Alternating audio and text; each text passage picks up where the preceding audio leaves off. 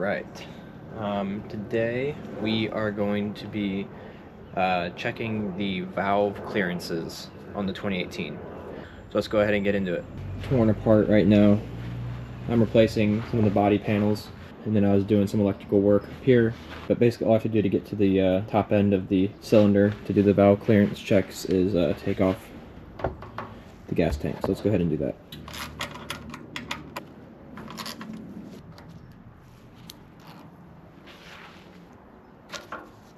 Okay, switch this to the off position.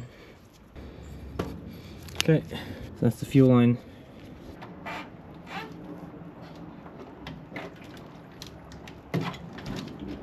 My gas tank is very full, so it's very heavy. This is what we're going to be getting to.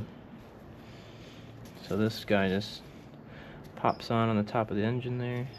The spark plug wire. So I'm going to go ahead and take this off, take this off, take this off. I might have to go in and take off this engine bracket just to make space to get this whole top cover out the left side of the bike.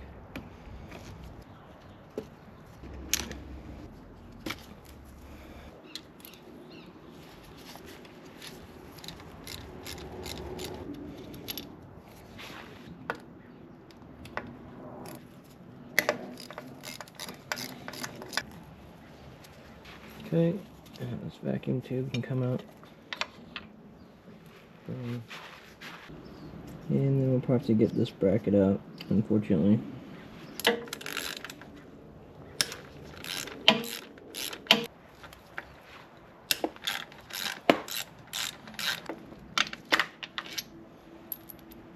Another one kind of the same.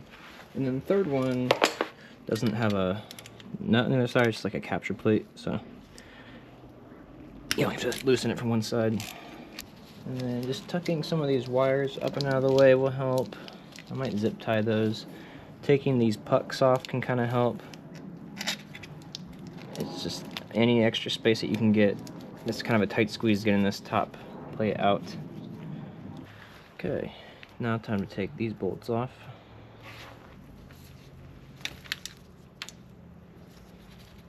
And you just want to remember where these came from, just because they do fit a little bit differently.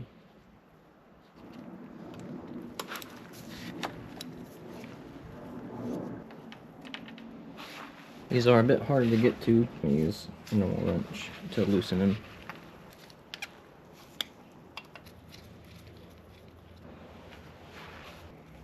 So the ones on the right side of the bike are longer, and the ones on the left side of the bike are shorter. But I think that's the only differences between them. I try and put them in the same way they came out, but I think it's just right and left is different. And you want to watch out for these guys. These little washer things. But they go in here. Might have to replace those. Now all the bolts are off, which means now we can try and pop it up and take it out the other side.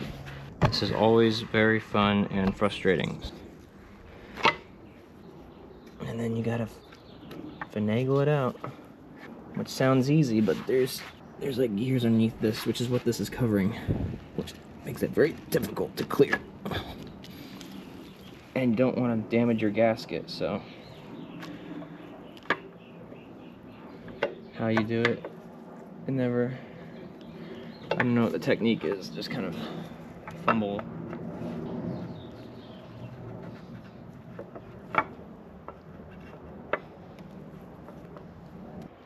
I don't know what I'm doing differently. The guy in the video is like, just gently wiggle around. Every YouTube video I watched, so I was like, oh yeah, you just do it this way. And I try and do it that way, and it doesn't work. I feel like that should help a little bit. Oh yeah. I'm getting caught on.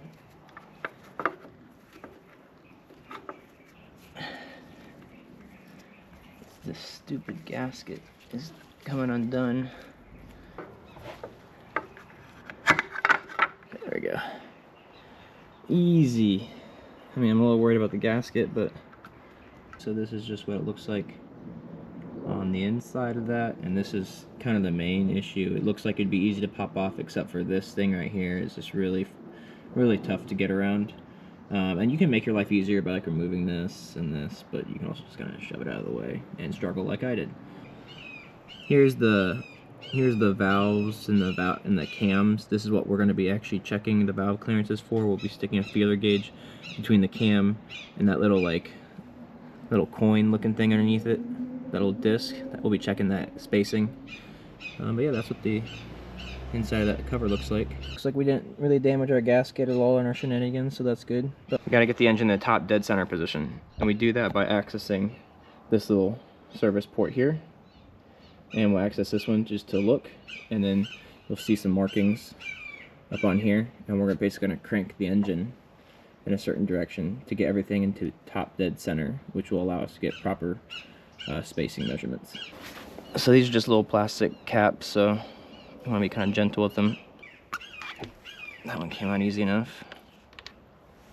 So this is basically just a viewport, and this is where we will access the bolt to rotate everything. It is a 19, so we're supposed to rotate it counterclockwise, which is that away. But as I crank this, you want to keep an eye on these markings here, so that's what we're looking for. We want to get those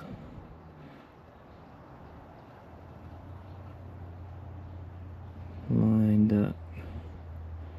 Alright, yeah. So you can see there's a tail end one and a front end one.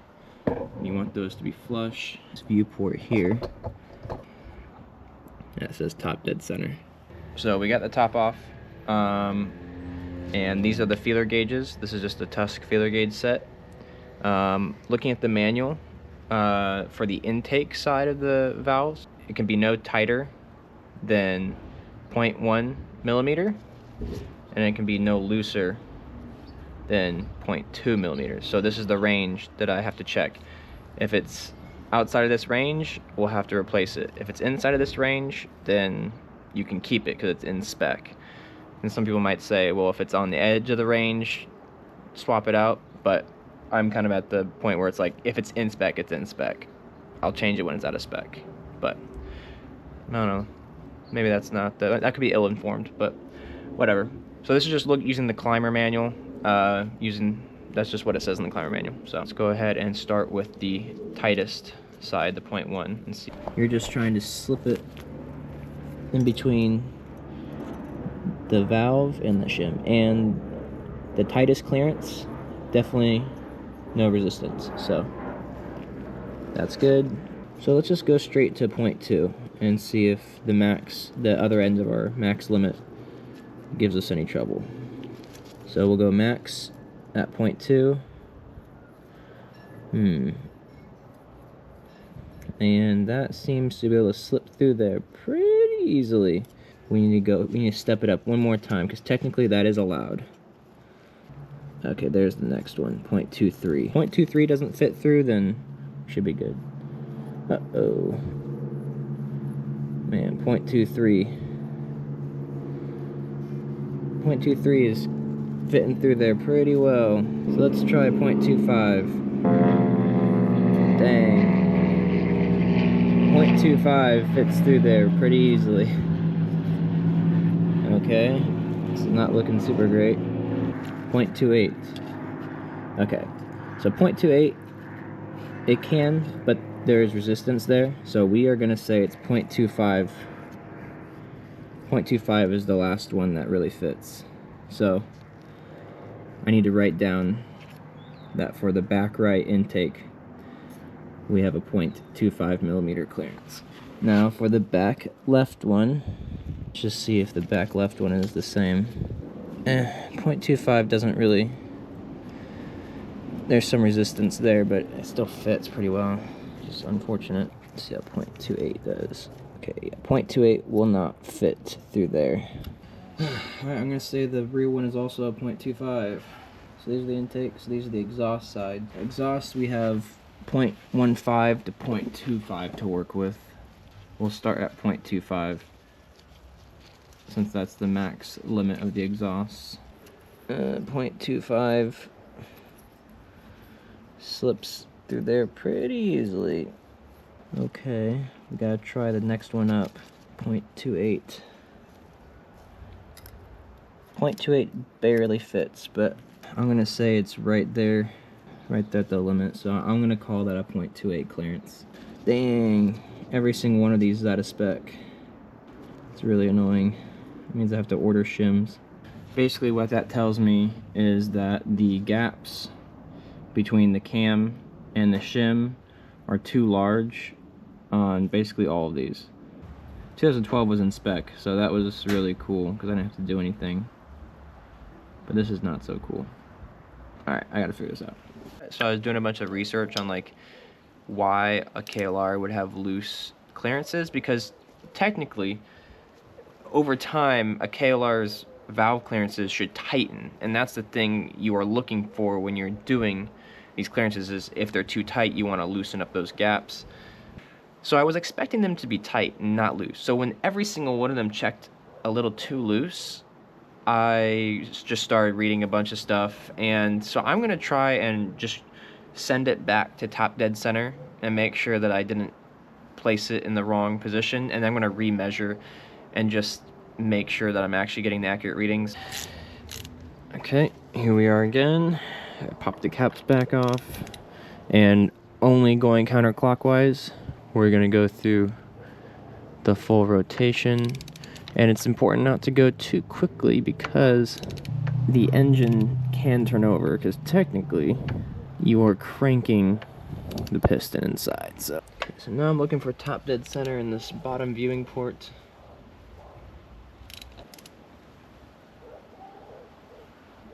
That's top dead center according to that viewing port. It's a little off up here, but I'm gonna trust this one down here this time. So let's go measure again. Max of 0.2, so this is the largest that should be able to go in. That fits through pretty well. A little bit of resistance, but not a lot. So let's try going up again. So 0.23 should not be allowed to fit through on the intake side. It slips through. Definitely some resistance though. We'll try the 0.25 again. So 0.25, definitely more resistance this time. We've gone a little bit in the right direction. My second measurement after recentering at top dead center is now 0.023, which is much closer to being in spec, and that's on the looser side. So now let's check the exhaust side. We can have a max of 0.25, and last time we measured out a 0.2825. Let's see. So that has a little bit of resistance. It's not quite slipping through super easy. Now let's try 0.28. Alright, so 0.28 doesn't even go in anymore.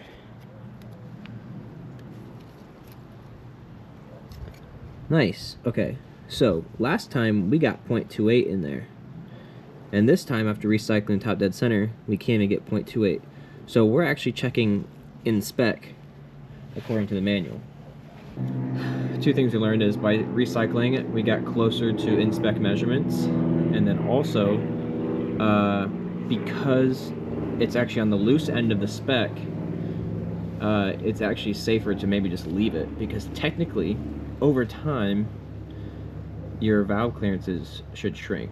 They should get tighter, and you want to avoid overly tight, but we're on the loose end of the spec, so as it wears it should tighten up, and that would actually put us in spec again. I don't know if these have ever been done before. I don't know why it's loosening up.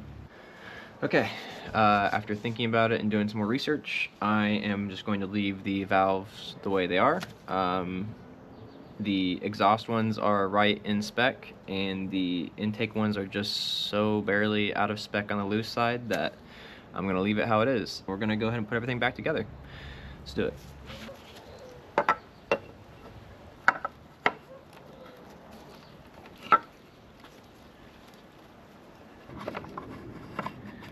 Gaskets will come off.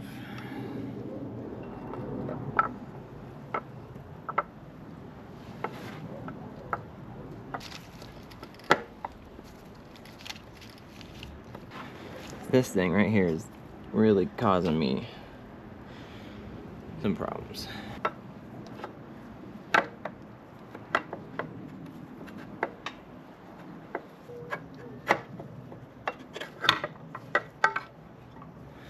Make sure that gasket goes back.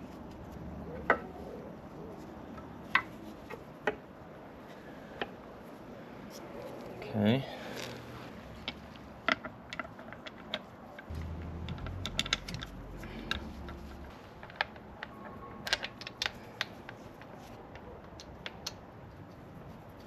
Now we just need to go ahead and torque these down to 71 inch-pounds.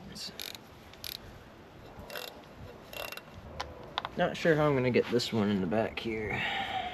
So the battery died while I was finishing up the valve check situation. Oh, I just finished up the job because I didn't really feel like waiting for the camera to charge. So I finished the valve check job, I got everything put back together, got the gas tank back on, and you might notice this. In between that time, I actually went ahead and vinyl wrapped these front fairings because I have decided to change the look of the bike.